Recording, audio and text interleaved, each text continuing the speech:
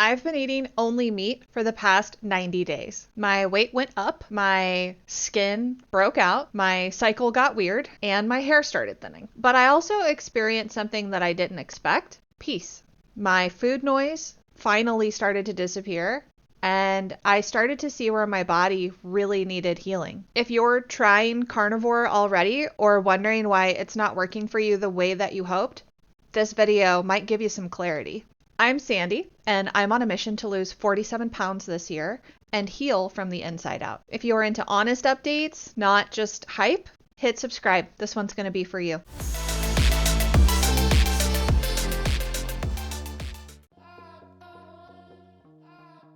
Okay, let's go ahead and just talk about the question that most people are going to have, and that is, did you lose any weight? And my answer is yes, I did lose weight, but this has been quite the roller coaster for me personally and stress wise in the last 90 days, and hormonally and weight wise. When I started carnivore, the day that I started carnivore on March 22nd of this year, I weighed 236 pounds.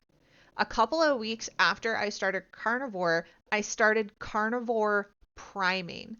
When I was priming, the 2 weeks that I was priming, my weight went up to 248 pounds. So I actually gained 12 pounds on carnivore while I was priming. And I'll go into more why I still think that that was worth it. But since then, I have lost all of that weight plus a couple extra pounds. And so on Sunday, when I weighed in, my weight was 234 pounds. So all in, all of that basically to say, I've lost 2 pounds in 96 days on carnivore. A lot of different things have gone into that. I do believe a lot of healing has been happening. But was this a quick fix to lose 100 pounds in 3 months and be a skinny legend? No. Did I start carnivore because I wanted to lose weight? Yes, absolutely. I am, making changes and making moves in order to be eating in a calorie deficit now, and I'm tracking my food. You can't just eat anything that you want on carnivore and expect to lose weight if you're me. That's also what I have learned, right? Because I haven't really been restricting myself as far as calories except for the last couple of weeks. Before, I was just trying to get used to eating this way. Now I'm used to it and I'm ready to start seeing some weight loss. And so I have started to track my foods and calories and that kind of thing. This has not been the quick fix that I was hoping that it would be as far as my weight, but it has fixed other things for me.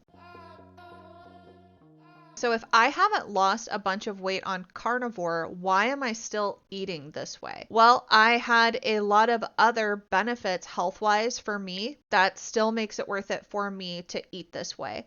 One of the big ones being my skin. So I had an acne outbreak that started in March of 2024. And as I sit here today, it's June of 2025. I had an acne breakout. It was all in my jawline and on my neck, and I had red, like my skin just became red and inflamed on my neck. It seemed like overnight, and I just had constant cystic acne, just really bad outbreaks, and when one would resolve, another one would pop up, and it would just never go away. And now finally my skin on my face has calmed down quite a bit. The skin benefits have been huge for me. That doesn't mean that everything has been solved though, which leads me to the next thing that I have learned on carnivore is that cheese and probably sour cream and most dairy will cause skin problems for me. With the skin conditions that I have, acne is a huge one. I will have boils that have outbreak, like I'll have a boil outbreak a week before my period that kept happening like almost every single month last year. I have had in the past inverse psoriasis. I have had abscesses, just all sorts of different types of skin related issues. A lot of them just seem to be triggered by my hormones and my cycle. And so I was trying to find something to help with that. And Carnivore did help with it in the first 60 days. After the first 60 days, I tried cheese and I had like a bunch of cheese in a weekend. And then like 3 days later, I had two boils come up. So that's an indicator enough for me that cheese triggers boils and acne. I also had an acne outbreak on my face as well. That's healed now. You can't, it's gone, but I did have an outbreak, and so I'm like, okay, all right, cheese is a no for me for now. So unfortunately, uh, I am not eating cheese on this way of eating, but at the same time, I now know what cheese does to me, and so I can stay away from it if I want to have nice clear skin and not deal with boils. Even though I haven't lost weight, my hair has thinned out significantly. I have a bunch of thinning right here on my right side. It was like a period of 3 weeks, and this happened about 60 days in. There was like a period of 3 weeks where my hair just continued to shed, and I would brush my hair and just like gobs and gobs and gobs of my hair would come out on the brush, gobs of hair would come out in the shower, and I was just losing a ton of hair. That is a negative effect of carnivore, but I'm not super freaked out about it at the same time because if I just continue to eat this way, I think that everything will normalize, my body will continue to heal, and my hair will grow back. So I'm not super freaked out about it, but just to let you know, on carnivore, you might have some short term hair loss, but also anytime that you're doing a major diet change or if you're losing a lot of weight, it's called telogen effluvium, I think. You can lose a lot of hair, so that's why I'm not freaked out about it. I've also had a lot of hair loss happen in the past. It was because of stress, life events, that type of thing. And so, again, I have a lot going on in my life right now. So, you know, I don't really have the bandwidth to be concerned about hair loss. It's just one of those things where I assume that my hair will grow back. If it doesn't and it continues to thin out, then I'll go see a doctor, but I'm really not worried about it. I did want to let you know about it as well, though, just in case it happens to you. I don't want you to be shocked by it. Do know that that is something that could happen if you're eating this way or just anytime that you're losing weight. My food noise is gone. This word food noise, I just learned this within the past couple of months, I think, just of being on social media, but that's exactly what it is. And I don't know if I'd call it food noise. Maybe it was just sugar and processed food noise, but I never really felt like I had my eating under control. I never felt like in my 37 years that I was in control of what I was putting in my body. I remember when I was a kid, my mom had made a cake. It was probably some leftover birthday cake or something, and it was on the island in our kitchen. And I knew that she would be upset with me if I went and snuck a little bit off of the cake. But I could not help myself, and I went back and continued to sneak and sneak and sneak and sneak and took so many little scoops, little bites off of that cake that I couldn't hide it. And my mom knew, like I had had so much cake, there was no way she wasn't going to know that I had sneaked around and ate this cake. And I remember just feeling so much shame because I knew that I shouldn't eat it and that my mom didn't want me to, but I wasn't in control of that. And so that was like from a very young age. I was probably 6 or 7 having one of those like core memories of food addiction and feeling like I wasn't in control. But I basically felt like that about food my entire life. And when I did have control and lose weight, it was a lot of white knuckling. And I never really felt like I truly was in control for forever. It's like every time I lost weight or I was eating healthier, I knew that it was short term. In the beginning of carnivore, that's what it felt like too. I felt like I was white knuckling pretty much until about 2 months in.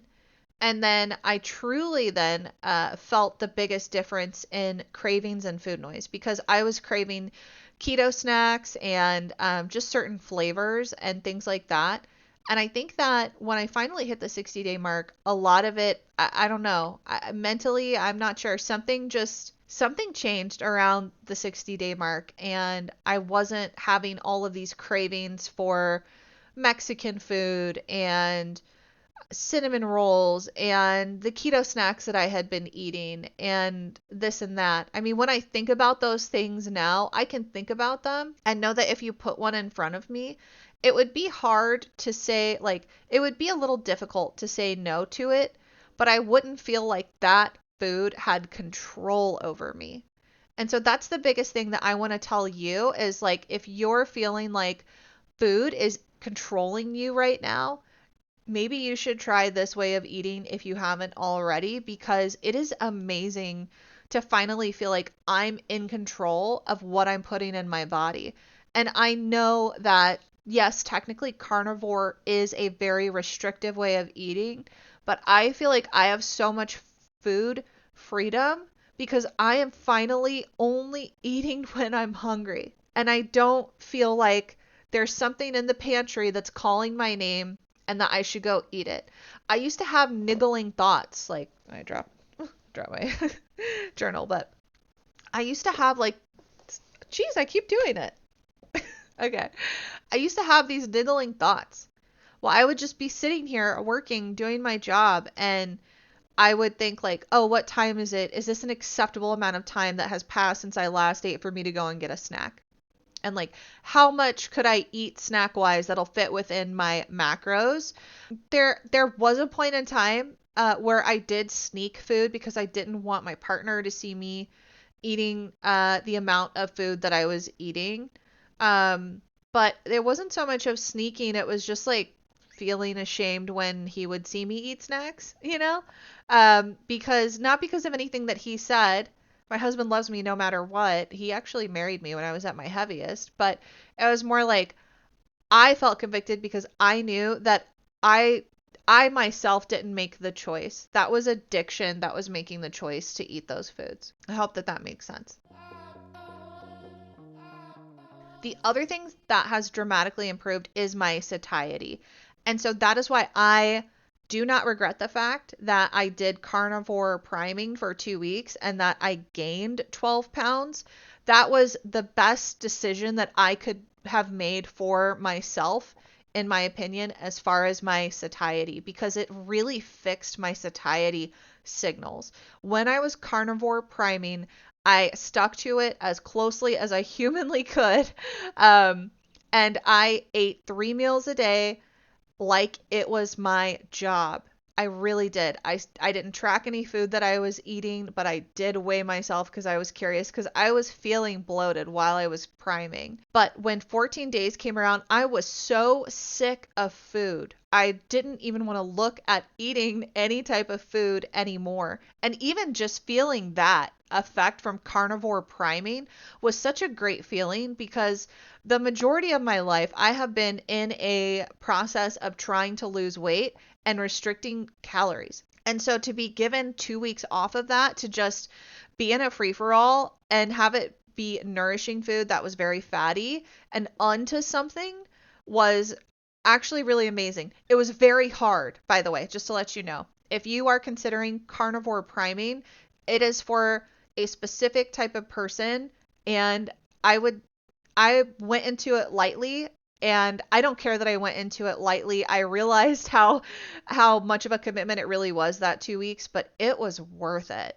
for me. So do your research on carnivore priming, but I do not regret the fact that I gained weight on priming. I am very thankful now because I really do think that that reset my leptin. I don't know, whatever your hunger hormone stuff is, but I do think that it reset for me my satiety signals. And so now I do get hungry, but I get legitimately hungry. And if I do get hungry, I don't have to eat right then and there. I can hold off. Before, when I would feel hungry, it was like mentally my body was like thrown into this like fight or flight. We're in freak out mode. We're hungry. What are we going to do to nourish ourselves and feed ourselves? And it happened like it was so dumb, but it would happen every single time. And I was hungry all of the time. Like right before I started carnivore, I was looking at my carb counter app and my calories when I was still eating keto, and I was eating 2,200 calories and starving. 2,200 calories and I was starving. And that just tells me that the food that I was eating was not nourishing for my body. It wasn't making me feel like I was fully nourished. I struggled so much with hunger pangs. And I have made past videos talking about that, about how they affected me, how I was trying to figure out how I could feel full by drinking more water, or somebody said to try this fiber supplement, or you know, uh, filling your stomach up with a bunch of vegetables and stuff like that. And it's I tried all those things, but also in the back of my head, I knew these are hacks. This isn't actually solving the problem for why you're so hungry. And I didn't know if I was ever going to solve the problem of being hungry all the time. I thought this is going to be your life and you're going to feel hungry for the rest of your life and you're just going to have to figure out how to deal with it. And that's probably a big reason why I wanted to try carnivore, because Steak and Butter Gal talked about feeling hungry all the time and she finally felt satiated eating carnivore. And same with Kelly Hogan. And so I was like, maybe that could be me. And it was a hard decision to make, to decide that I was going to start carnivore and be on it long enough to actually see the effects of that. But I am so glad that I did. I didn't think it was going to be this big of a deal for me, but it ended up being really huge. Is that I wasn't managing my electrolytes enough, and specifically, I wasn't getting in enough sodium. I was salting my food. I really felt like I was getting enough sodium because I was using this supplement called Keto Chow, but I was not. I needed the level of sodium from LMNT.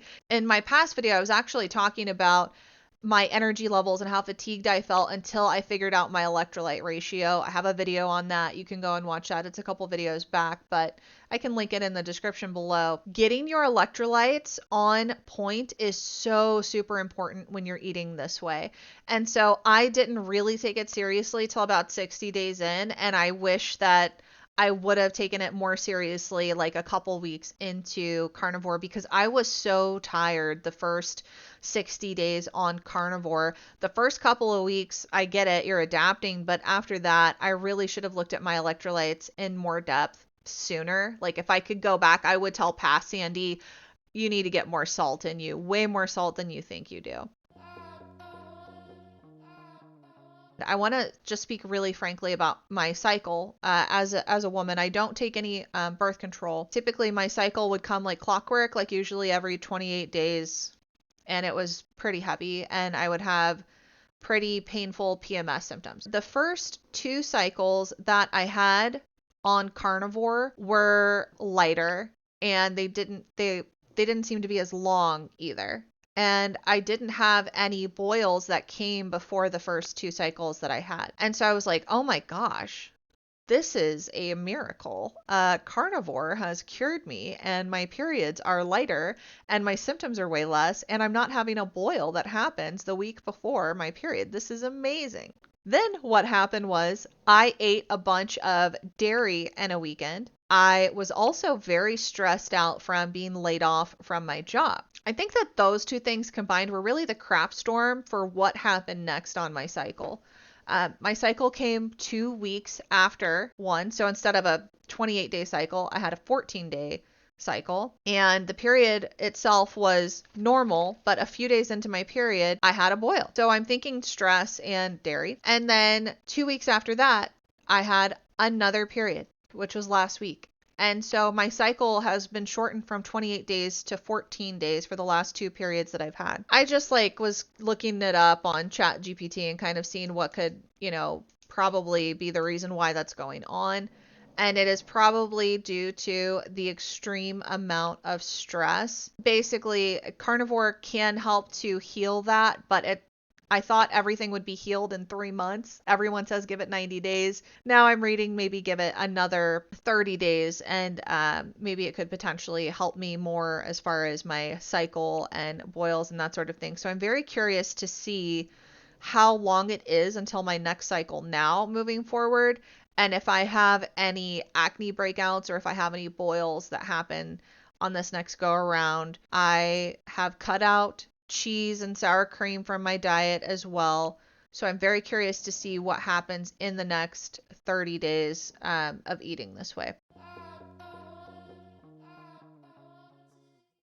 So I think the next logical question is, are you going to stay on carnivore? What is your plan moving forward? Because most gurus say give it 90 days and then you can see if you can add some foods back in. And that was initially my plan. I'm definitely going to stay on carnivore. If anything, I think I probably am going to get more strict with it than trying to add things back in, because I still have a goal of getting to under 200 pounds in 2025. And so, in order for me to do that, I'm 234 today, I would need to lose 35 pounds between July and the end of this year, which is doable, but it like that loss would definitely need to be ramped up. I also want to eat in a way that's sustainable for me at the same time and lose weight. So I have to figure out for me what that is, just like you need to figure out for you what that is. I'm not concerned with being very legalistic so that I can say I'm a strict carnivore or I'm a carnivore at all.